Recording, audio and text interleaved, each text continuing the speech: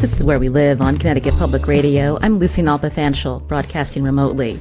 The last 4 years have been anything but normal, and the last 24 hours have been no exception. Will President Trump be impeached for a second time? We're monitoring special coverage from NPR. We'll bring you the latest as it happens. You can also watch a video stream of the U.S. House debate. That's today at ctpublic.org. And later we check in with Hearst, Connecticut Media's Emily Munson about what's happening in Washington as the nation prepares for the last days of the Trump administration and the inauguration of President-elect Joe Biden. First, Connecticut's U.S. Senator Chris Murphy joins us. What questions do you have for him? 888-720-9677. We'll take your calls later in the hour. You can also find us on Facebook and Twitter at Where We Live. Again, Chris Murphy's joining us on Zoom. Senator Murphy, thanks so much for joining. How are you doing? I'm doing great. Thanks for having me this morning. Appreciate it.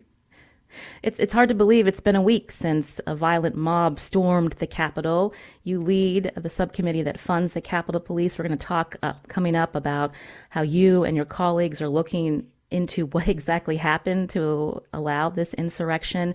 But we have to talk about impeachment first. Right now, the U.S. House convening after House Democrats introduced an impeachment charge on Monday. Speaker Pelosi threatened to move forward on impeachment unless the president resigns, or Vice President Mike Pence seeks to have the president declared unfit under the 25th Amendment. Vice President Pence says he will not do so. So I wanted to hear how you look at the last 24 hours, and do you believe the president should be removed from office immediately? It's hard to believe that I'm saying this, but the president of the United States is leading a violent attempt to overthrow the government and to install him in power for the next 4 years, despite the fact that he lost the election decisively. That is not allowed in a democracy. And his conduct over the course of the last few weeks is absolutely disqualifying in and of itself. You cannot incite people to violence. You cannot sit back and allow them to riot through the Capitol when you could have made a clear statement to pull them back. You cannot pressure the vice president to act outside of his constitutional authority to try to steal the election for you. None of that is allowed in a democracy. All of that is impeachable. But maybe the most important reason that we need to move forward with removing the president is that it is not clear that we can have a peaceful transition of power on the 20th, so long as Donald Trump is still president of the United States.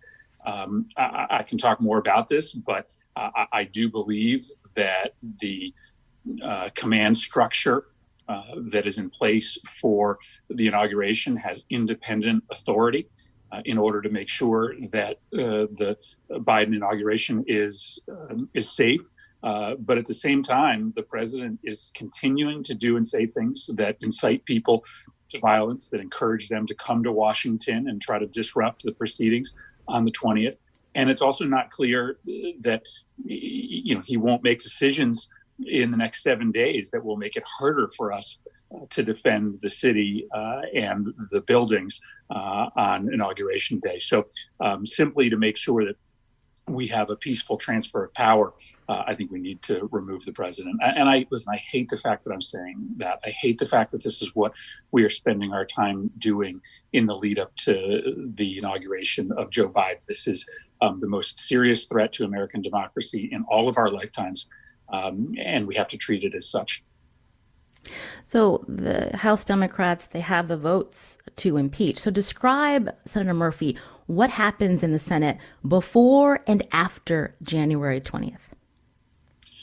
So it is up to Mitch McConnell as to whether we begin proceeding on impeachment as soon as the House passes those articles.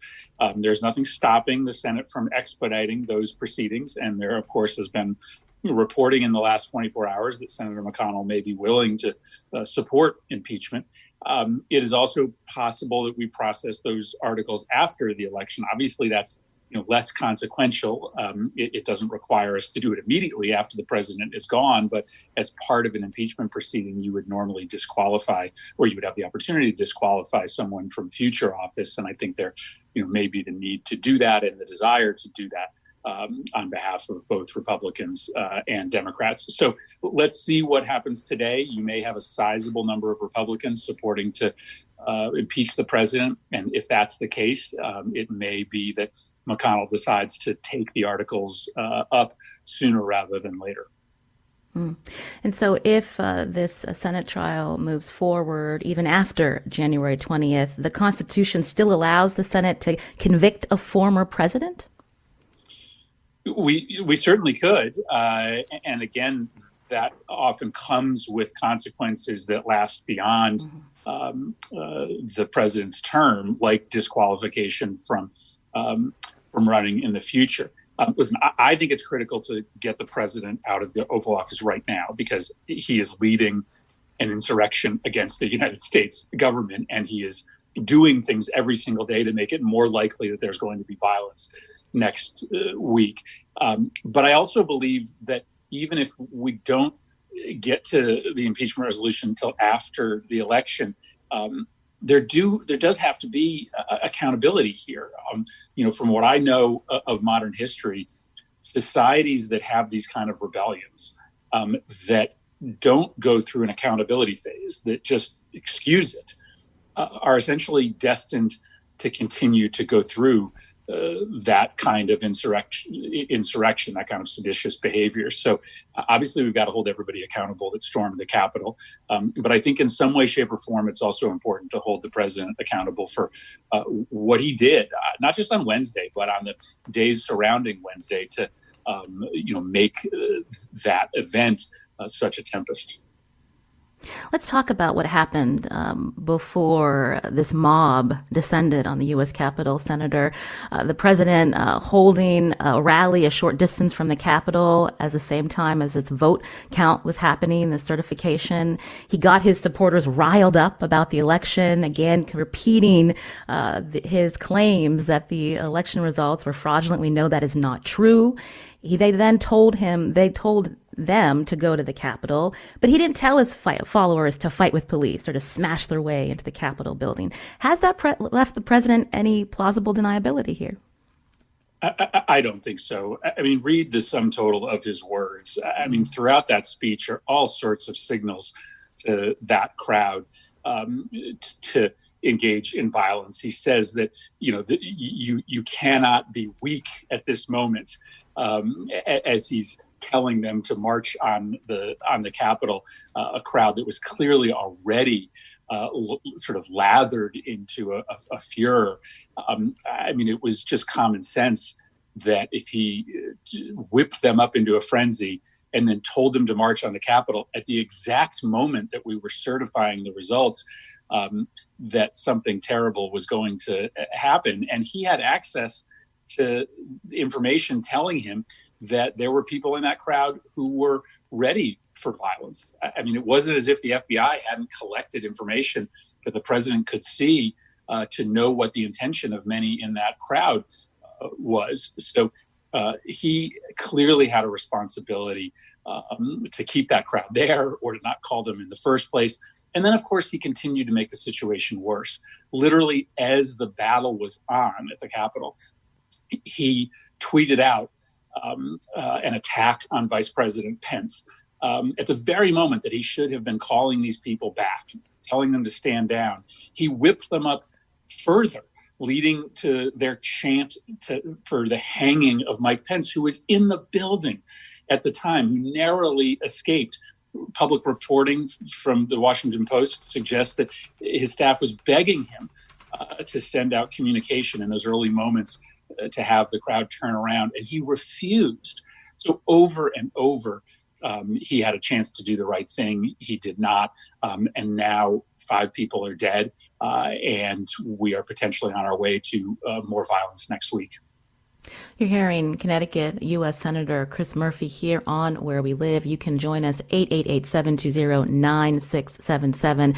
Today, another historic day. The possibility again that President Trump could be impeached for a second time. The House convening at this hour, a vote expected later today.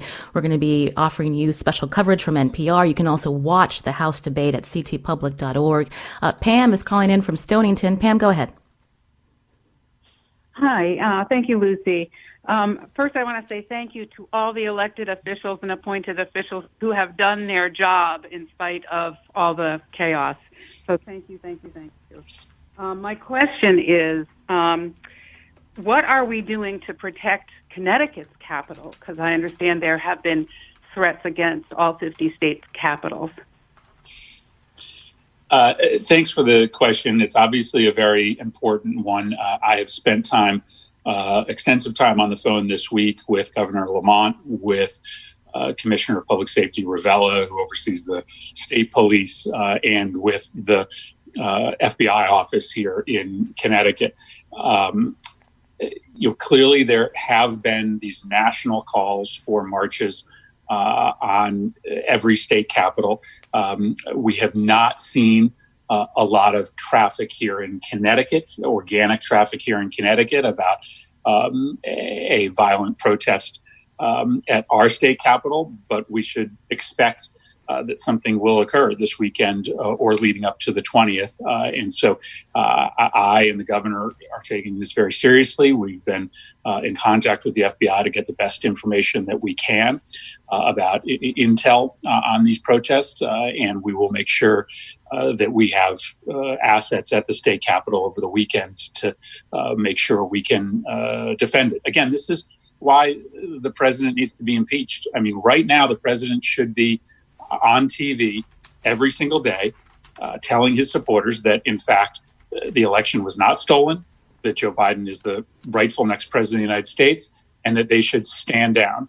Instead, the president is doing exactly the opposite. Yesterday, he made several comments yesterday about how there were going to be consequences if the House proceeded with impeachment, which again is just further invitation for his supporters to engage in violence. If he has any ability to plausibly deny that he knew what was going to happen on Wednesday when he was riling them up, he has no deniability now. He knows exactly what their intentions are. And so anything he says about potential consequences due to the actions of the legislature to hold him accountable are likely going to lead to more violence. So we're taking steps here in Connecticut to protect ourselves. I think right now we're lucky that we are not seeing the level of activity with respect to a march or an assault on the state capitol that we did prior to last Wednesday in Washington. Senator, we talked about this conspiracy again that was elevated, especially after the election, that this election was fraudulent. There are many Americans who believe this, many of them Republicans, and they believe what Donald Trump and other Republican colleagues in your U.S. Senate have said. And so I'm wondering how you respond to the president's argument that impeaching him will further that anger and division. This is something that House Republicans also said on the floor yesterday.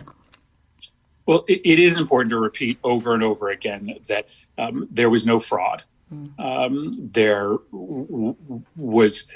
no evidence that this election was stolen from Donald Trump. The president has litigated this question 60 different times. He has lost decisively on every count because there is no evidence. And the things he talks about are literally invented out of whole cloth. This idea that there were 5,000 felons who voted in Florida, or that the voting machines were designed to award more votes to Joe Biden. All of those things are literally just inventions of his mind or his deranged enablers' minds. None of them are true. What's true is that President-elect Biden won decisively. He won by 7 million votes. He won a clear majority in the Electoral College. Your question is, what about this argument that it would be divisive to hold President Trump accountable? Well, that's nonsense. When somebody commits a crime in this country, we hold them accountable. We don't let them go free because holding them to account would be divisive. No, we hold them to account because first, we want to make sure if they're truly dangerous, they don't commit more crimes. But second, because holding people accountable is a deterrent to others to not do the same and not engage in the same behavior. And that's why you have to hold this president accountable. First, he is likely going to commit more crimes over the next week. He is engaged in the business of riling people up to march on the Capitol again. And that's reason number one why he has to be removed. But second, we need to make it clear that you can't do these things. You can't try to steal the election. You can't try to disqualify the votes of millions of Americans. You can't lead a violent assault on the temple of democracy. We need to hold President Trump accountable as a deterrent to that kind of behavior in the future. And that's what America is built on. Norms, laws, and accountability for people who violate those norms and laws. Before we take a break, Senator, you talk about the importance of accountability. What about accountability for your Senate colleagues, Senator Hawley and Cruz, among others, that supported this rhetoric that the election was a fraud? They continued to lead efforts to try to decertify the Electoral College count, even after what happened on January 6th, once the mob was cleared out. Would you support expelling them? I think it's important for us to have a conversation in the Senate about accountability for them. I have not called for their expulsion. I think this is a trickier question than the question surrounding what Donald Trump did that day. I do think there has to be some accountability, and that can range from censure to expulsion. But you are right to point out that it isn't just that these individuals created this expectation that day that these protesters could stop the certification. They continued even after 5 people were dead. Josh Hawley had the chance to stand down and not offer the second objection later that evening, but he did, which just provided more fuel to this movement. I also think it's important to not limit this question to just Josh Hawley and Ted Cruz. There were House members that were tweeting out the location of Nancy Pelosi that day. Kevin McCarthy, the leader of the House Republicans, was supportive of this effort to overturn the election, which is very different than Mitch McConnell, who gave a heroic speech on Wednesday, making it very clear where he stood. So I think I'm not sure yet how accountability should be delivered to my colleagues. But I also think it shouldn't be limited to, just 1 or 2 senators. This is Where We Live on Connecticut Public Radio. I'm Lucy Nalpathanchel. My guest today, Connecticut U.S. Senator Chris Murphy. We're going to take your calls after the break. 888-720-9677. That's 888-720-WNPR. Or find us on Facebook and Twitter at Where We Live.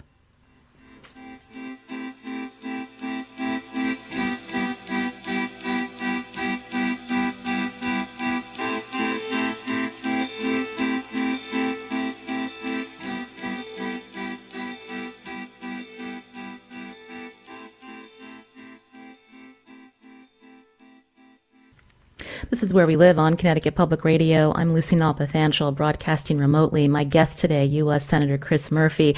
Right now, the U.S. House is convening to consider voting to impeach the president. That vote could happen later today. Connecticut Public Radio will bring you special coverage from NPR all day. You can also watch the House debate at ctpublic.org. Now, do you have a question for Connecticut U.S. Senator Chris Murphy? You can join us, 888-720-9677, or find us on Facebook and Twitter at Where We Live. Pete's calling from East Granby. Pete, go ahead. Hello. Yes, go ahead, Pete. Okay. Given the problems with mail-in voting in several states, whether you think it was fair or not, what can be done to standardize mail-in voting so that it doesn't happen again, like needing a national universal voting ID card? And a little bit more to that question, do you think that that you, Senator, and the press have the responsibility to investigate and report on all questions of voting issues so that us, the voters, can see what the press says as without evidence, maybe a radio or a TV program where voters could get the questions answered with facts? Senator Murphy? Well, I guess I have not seen the evidence of major problems with mail-in voting that the caller identifies. And in fact, this was a primary allegation of the president, that there was fraud attached to mail-in voting across the country. He wasn't able to prove that allegation in any of the cases that he filed. In a state like Georgia, which was one of the closest, there was a audit made of all of the mail-in votes in one of the most populous counties, and they found no evidence of fraud. And so this was a narrative that the president built ahead of time before he had any evidence. He started this claim of mail-in voting being fraudulent early on, I think, as a pretext to be able to argue that the election was illegitimate, no matter what the results were. And unfortunately, there haven't really been any facts to back that up. We have mail-in voting in Connecticut, absentee ballot voting. We expanded the ability of people to do that this time around, and we had no evidence of fraud in Connecticut. There are many states that have been doing it for years. The president himself votes by mail-in vote. So I just sort of reject the premise of the question as to whether the federal government has an obligation at this point. Again, absent actual verified evidence of fraud, I think that a big federal investigation would just frankly confirm these conspiracy theories and frankly rob from states what is their responsibility to conduct elections. A lot of Republicans oppose the president's efforts to steal this election and to decertify the Electoral College votes because they know the Constitution really doesn't give the federal government the power to run elections. That's what the state's supposed to be in charge of. So I guess, to me, the best way to disabuse people of this belief that the vote was somehow rigged is to just draw attention over and over and over again to the fact that there is no evidence of that. If we were to hold a federal investigation, I'm not sure even what we would be investigating because there aren't any claims. There isn't any evidence. We would just be being asked to prove a negative. And that's a really difficult thing to do. I just think we continue to talk about the fact that the president has made this up. He has presented no evidence because there is no evidence. You can join our conversation, 888-720-9677, again, to ask Connecticut U.S. Senator Murphy a question. Or you can find us on Facebook and Twitter at Where We Live. Let's talk about, again, what happened on January 6th, Senator, and now looking into how this happened. I mentioned that you lead a subcommittee that is responsible for funding the Capitol Police. You've talked about radical reform of this law enforcement agency that protects Congress and the Capitol grounds. And so what needs to happen next? Well, listen, I think we are going to learn what went wrong on Wednesday. We already have some idea. I think the greatest failing was the lack of action on intelligence. We clearly knew the FBI had information about individuals who were planning violence that day, and yet there wasn't a National Guard presence there in the way that there was a National Guard presence at the Capitol for the Black Lives Matter protests, which posed a minuscule threat to the building compared to what happened on Wednesday. So what I have been focused on in the last few days is making sure that we have the ability to have the military defense of the Capitol be much more robust and arrive much more quickly than it did on Wednesday. Because I just want to be honest, we have 1,600 Capitol Police officers, and anytime there is a violent crowd of 10,000 outside that building, unless the Capitol Police is prepared to fire on those protesters, they are going to be outmanned. So we need to have surge capability to protect the Capitol. That's got to come from the military. It should have been there ahead of time.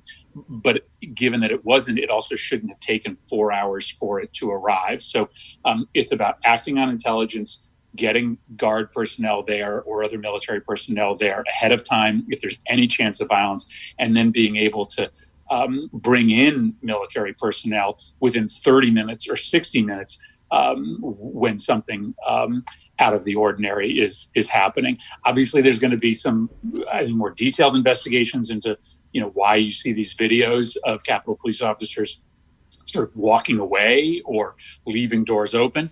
At the same time, there is all sorts of video showing Capitol Police officers and municipal police officers engaged in a vicious, ferocious fight to defend the building. So I don't like this narrative that has been spun up about sort of broad malfeasance amongst the Capitol Police. Most of them acted heroically that day to try to defend the building. A lot of them got very hurt in the process. Congress is fully responsible for the oversight of the Capitol Police as well as funding this law enforcement agency. What happened on January 6th, does that point to the fact that there needs to be some real change in how Congress oversees the Capitol Police? I think one of the things, we're learning is that, there's not a unified command structure when it comes to decisions. You have a sergeant in arms of the Senate, you have a sergeant in arms of the House, you have a chief of Capitol Police.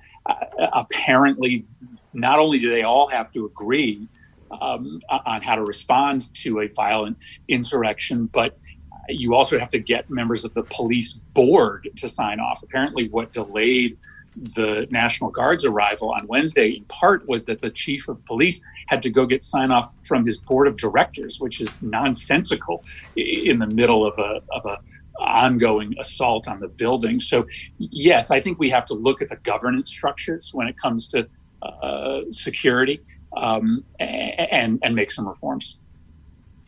Again, you can join our conversation with Senator Chris Murphy, 888-720-9677, or find us on Facebook and Twitter at Where We Live. I mentioned that you are a senator, Chris Murphy, but you're an author as well. In the last year, your book, The Violence Inside Us, came out. And I read this book before this interview, wanted to get more insight into your motivations to tighten gun laws in our country. But then January 6th happened. And I'm wondering, when you look back at how your book traced the violence in our country, the history of militias, the cycle of in-groups or majority populations targeting out-groups or people of color through violence or policy, and the fact that when we look at violence in our country, it's often intertwined in who has political power and who gets to exercise that power. Thinking about all of the time you spent on this question of violence in our history and thinking about what happened on January 6th, I mean, what have you been mulling over in your mind about how we got to this place? Well, it is true. I mean, I wrote this book called The Violence Inside Us as an outgrowth of the work that I've done around gun violence, but I decided to write a book that attacks a much broader question, which is why human beings are so violent, why America is a more violent place than others.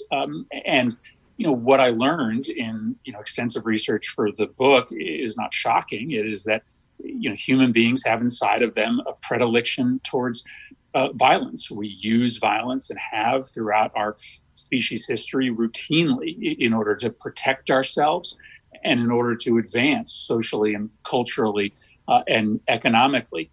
And it is particularly used by dominant groups in order to try to assert dominance over what I refer to in the book as outgroups. And so the mob violence we saw on Wednesday is frankly not unfamiliar to this country or to the human race. In fact, what is exceptional is that over the course of the last several hundred years, we've seen much less mob violence than we did 500 years ago or 1,000 years ago. And it's because we put into place a set of of rules and norms that give people other opportunities to protect themselves or advance their interests other than violence. And so I think that does require us to have a broader conversation here about why these individuals did this. Why did they get to this point of desperation in which they were beating police officers with American flags? And I think there is a sense of powerlessness in this country that many people have today. There's a lot of folks who have given up on democracy, who just don't think that it can actually deliver real results for them. And they're starting to contemplate doing really radical, desperate things. I don't say that to excuse or rationalize anything that happened on Wednesday, but I think we'd be fools if we didn't try to think about the root causes here. And this book, to me, taught me, and I think if you read it, you will learn that if you don't create nonviolent pathways for people to advance their interests, secure their family, then they are going to turn to violence. And I think that is part of the story as to what happened on Wednesday. What would you say to Americans, even your constituents in our state, Senator Murphy, who look at what happened on January 6th and say, that is white supremacy on view? Well, I'd say that they're right. And again, that's the other sort of lesson from this book, is that in America, violence has been used over and over again by white majorities to subjugate African Americans. All that's happened is that the form of that violence has changed from slavery to lynchings to incarceration.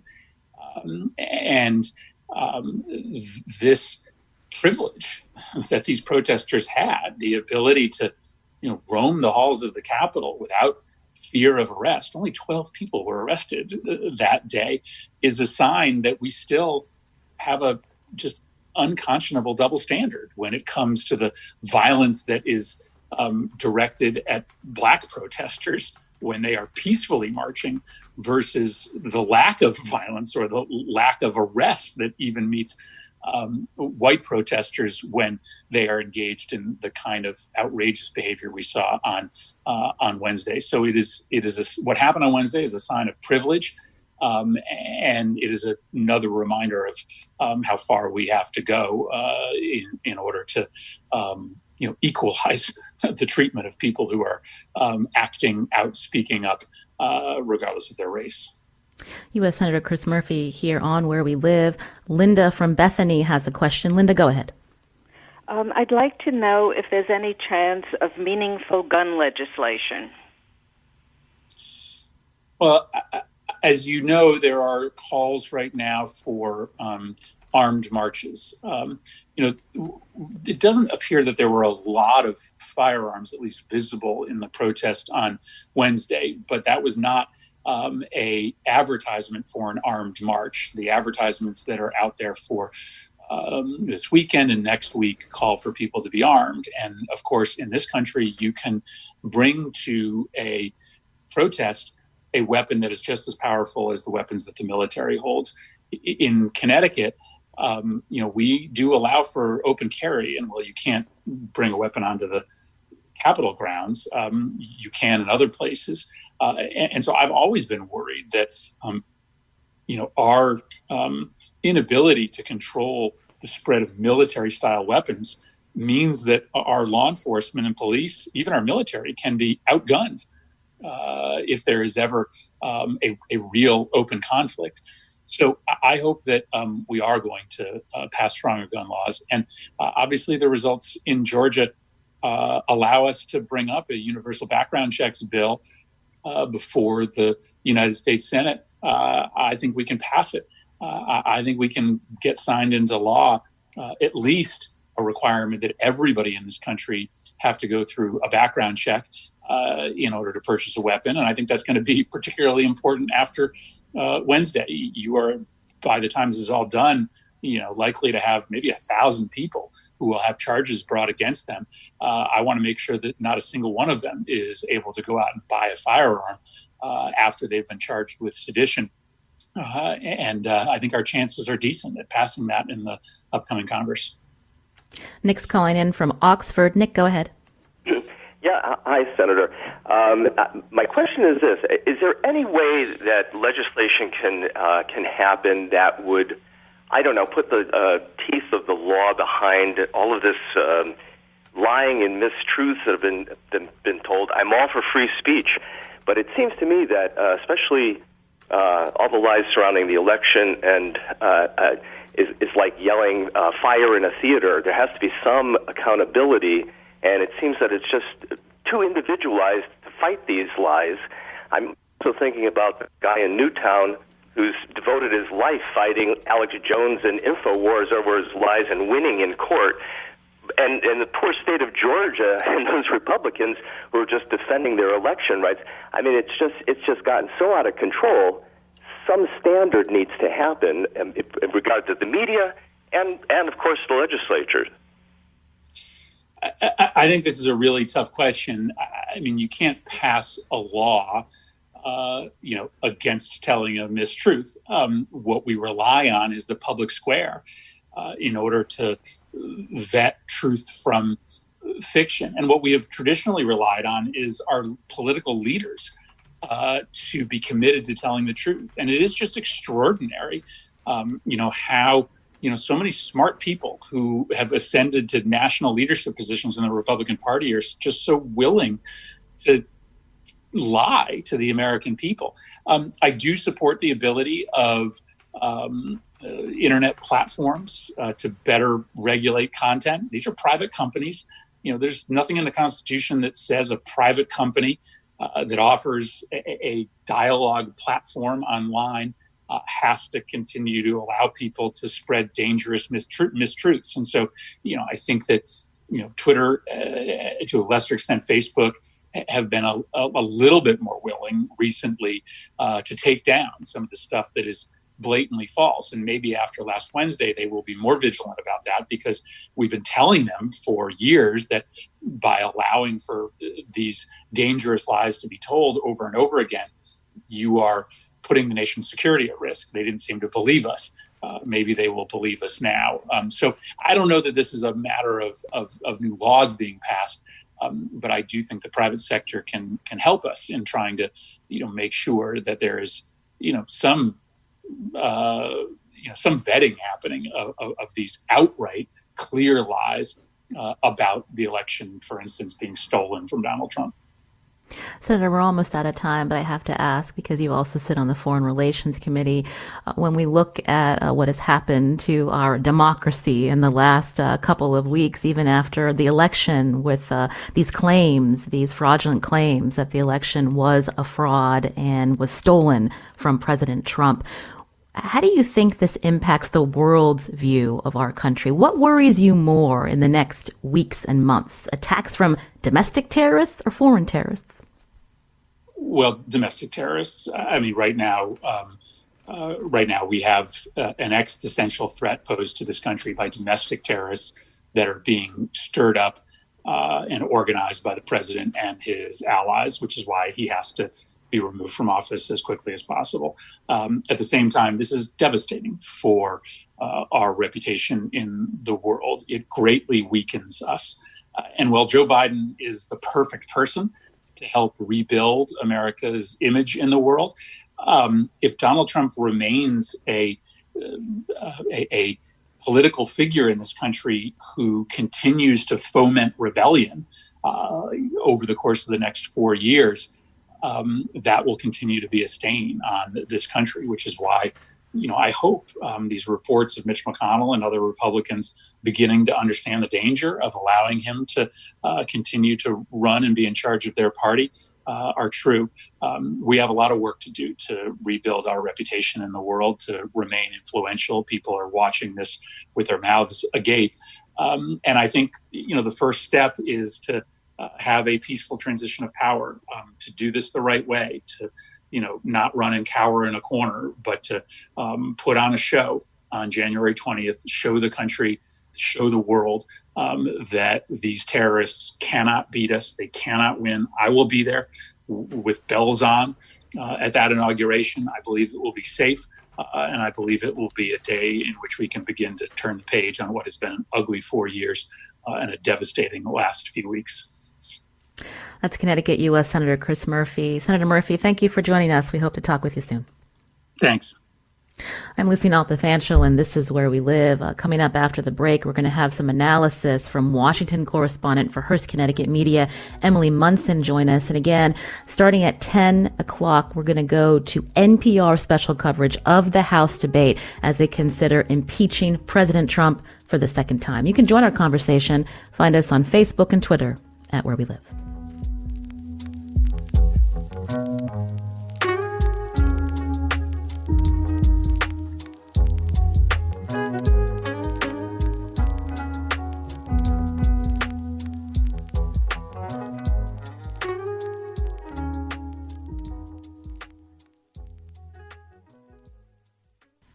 This is Where We Live on Connecticut Public Radio. I'm Lucy Nalpathanchel, broadcasting remotely. We just heard from U.S. Senator Chris Murphy. We know the U.S. House of Representatives is meeting now, a vote expected later today on whether to impeach President Trump. We will bring you special coverage from NPR right after this show, and you can also watch the House debate at ctpublic.org. Joining us now on Zoom is Emily Munson, Washington correspondent for Hearst Connecticut Media. Emily, welcome back. Thanks for having me on the show, Lucy. Emily, I wanted you to respond to what Senator Murphy shared at the very end of that interview, where he talks about being confident that the Capitol, that D.C. will be ready to have a peaceful transfer of power on January 20th. What are you seeing and hearing down there? Well, what we're seeing right now is that the U.S. Capitol is a very different place than what it was last Wednesday. There's now a large fence encircling the Capitol. There are members of the National Guard who are stationed at the building at all times. They've been distributed weapons and other protective gear. So there's a high level of readiness at the building. And in addition, last night, magnetometers were installed outside the House chamber, which would check lawmakers for weapons or metals that they might attempt to bring into the chamber as an extra precaution. That is an entirely new thing. And many lawmakers, most of whom were Republicans, objected to that. They said it slowed down the voting process, and they didn't like being scanned going into the House chamber as if they were going through the airport and TSA security. But so much has changed at the Capitol right now to have readiness right now in case there was any sort of additional threat to the building, and to prepare for the inauguration next week. Meanwhile, Emily, there have been so many reports after January 6th that there were many warnings about how these protesters may turn violent.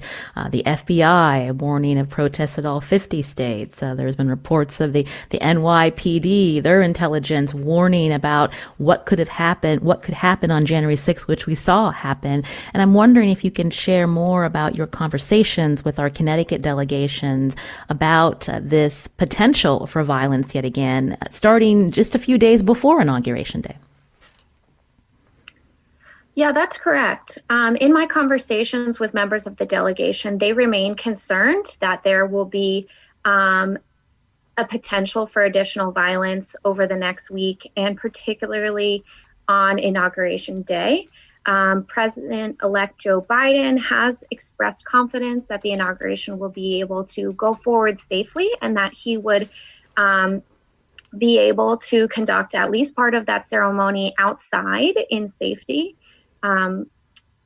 So I think lawmakers believe that the inauguration will be able to be a safe event, but you can see that there have been so many additional measures put in place in order to ascertain that will happen. I don't think anyone really expected, maybe a month ago, that quite such a high level of security would be needed.